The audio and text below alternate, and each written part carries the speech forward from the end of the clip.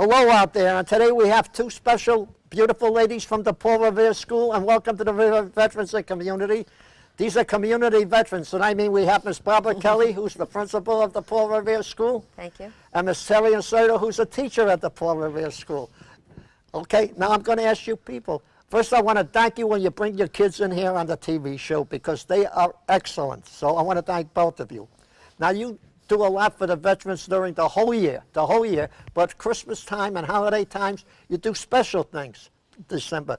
So I'm going to start with you, Miss Kelly. Tell us what the school does and what you would like them to do and what you can use if people can send it to you. Okay. Well, it's all because of the efforts of Mrs. Incerto. She had started way before I came to the Paul Revere School, and I'm very happy to keep that culture alive at the school. It's become a fabric of the school. When did that start, if I may ask you, ma'am? It started pre-9/11. It started about 15 years ago. And you've been doing this for 50 years? So tell us what you do, what you need, and how the people can donate, bring stuff to you. Well, we have been having a Veterans Day assembly every year, and during the year, if we've found out someone connected to our community has been serving overseas, we're happy to send them packages and become their pen pals. We've had, I would say, about 15 or 16 different soldiers come to visit our school after they've received packages from our students. Some of them we did not know. We just got their names and we sent packages, and they became our friends and they stopped by and visited. Some of them have been our students, our former students, that we're thrilled when they get to come back and say hello to us after. So it's been a long time we've been doing this, and we've been supporting since the war started. We had one particular person that my class wrote to for 5 tours of duty he had, and he's a gentleman from Winthrop, and he has come to see the students every single year he's been home. He's stationed down at Fort Bragg. So he's come every year to see the students, and 13 years of that. Okay, I got to say, first of all, beside the Paul Revere School in conjunction with veterans and the seniors, if I may say, the Revere seniors, we had a gentleman by the name of Steve Leone, who was a veteran from Afghanistan. I don't know if you people ever heard of him. No, I don't. He got a package from the people of Revere, which was what you kids wrote Christmas cards, by the way, and what you donated in gifts. And he got a package from us, and he came on the show here, and he said he wanted me to thank the people.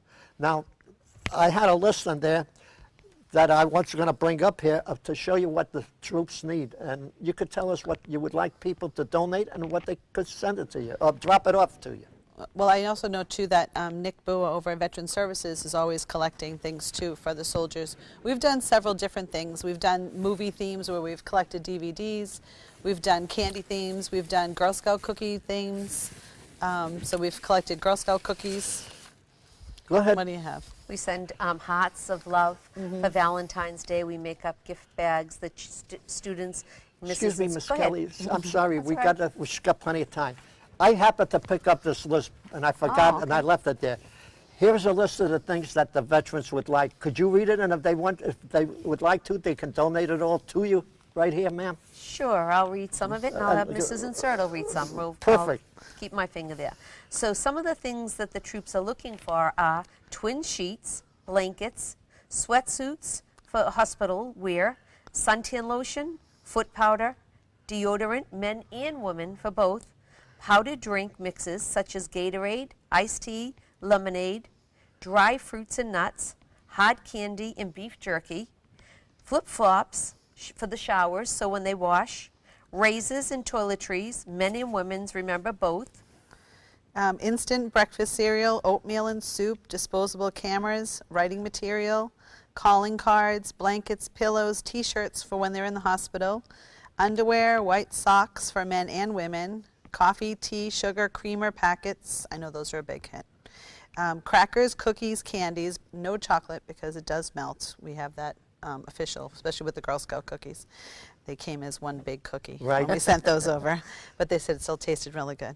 And sweets, crossword puzzles, books, playing cards, electronic games, DVDs, videos, microwave popcorn, K-cup, coffee, tea, and hot cocoa. Beautiful. And by the way, you do that not only for the veterans, about the Soldiers Home too, over? Yes, we make cards for the Soldiers Home, and as part of our Veterans Day celebration, we've had the 5th graders go and visit and sing songs for them and bring them our well wishes and cards and letters. And I understand you also got some thank you cards from some of them. Could you tell us where they come from? We've had many thank you cards. Right. We have thank you flags. We have thank you pendants. We have thank you banners. We've had many, many things. They're on display at the Paul Revere School if anyone would like to see them. They're downstairs. We've had flags flown for us in Afghanistan and Iraq.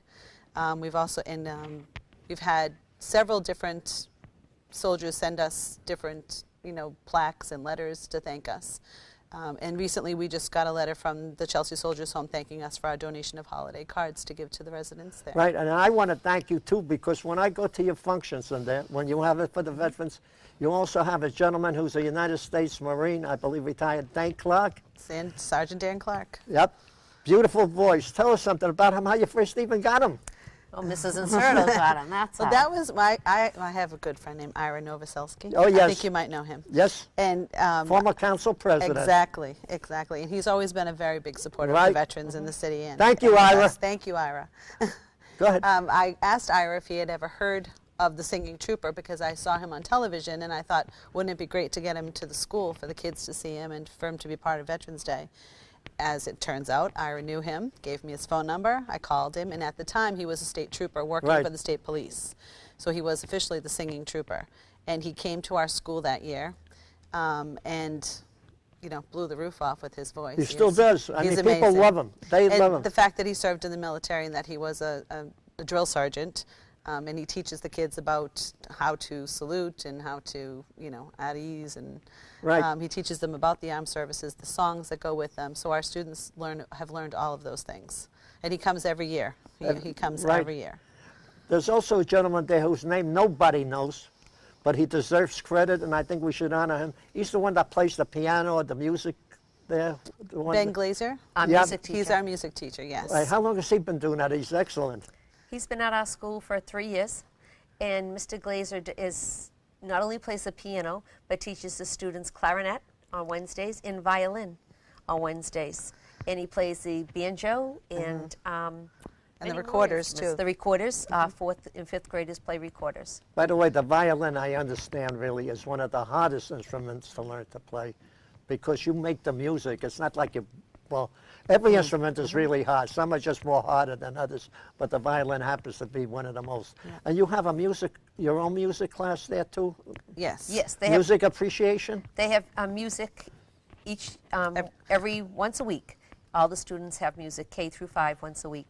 But the instrumental part is every Wednesday at early release at 12:30. Children sign up to play the instruments. That's excellent. Yes. That's an excellent thing on there. And if you could, Mrs. Kelly, what would you like to see improvements in education as a whole? There's always room for improvement. There's always room for Always room. improvement, and we try to seek programs that aren't going to add something more to our plate, but what will enhance what we're already doing. And I think that's part of the whole thing, is not to keep taking on all new projects, but take what's out there and enhance what we already have. And that's one of the things at Paul Revere that we try to do, is take things and make them part of the other things that we're already doing to make ourselves better. Right, I'd like to ask you both a question. Remember I was mentioning before we went on the air, I talked about tablets and notebooks. I understand, if I'm wrong, correct me, that every student at the Paul Revere School eventually will have a tablet? Well, that's our dream. That's one of our dreams. Right now, every 5th grade student has a laptop in our school, so that's 90 students. Do they take them home? Or They no? don't. We don't take them home yet, but they have them in all classroom use. We don't buy textbooks. They use the computer. There are no for more their textbooks? Not in 5th grade. They Oh, I use wish their I was books. born The only today. thing they have is their anchor text that they read is a hard book, but their math book and their English, everything's through the computer.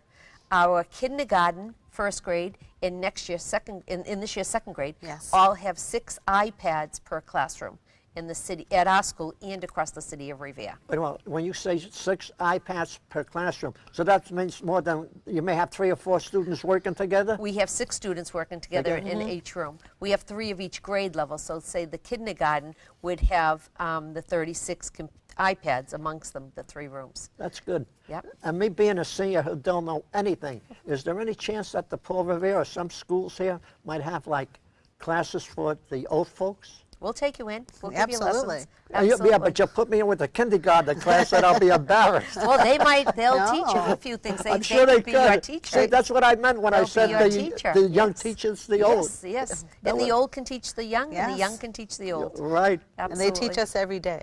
Now, when I went to school, we had to learn by the books. I mean, it wasn't a computer. Even though we had a calculator, we had to learn how to do it without the calculator. So if the calculator flunked out, We still do that. Today we still do that. Oh, you still do Oh, it? absolutely. We still rely on the human person, and we do all the addition and all the subtraction with the human brain. Absolutely. We use a computer or something to check our work, but everything is done through the human person. right? I got to tell you, like I say, I'm not too smart when it comes to the computer, but it is fantastic because I asked a friend of mine. I had a couple of people here from the Middle East, and I wanted to learn something about the Middle East.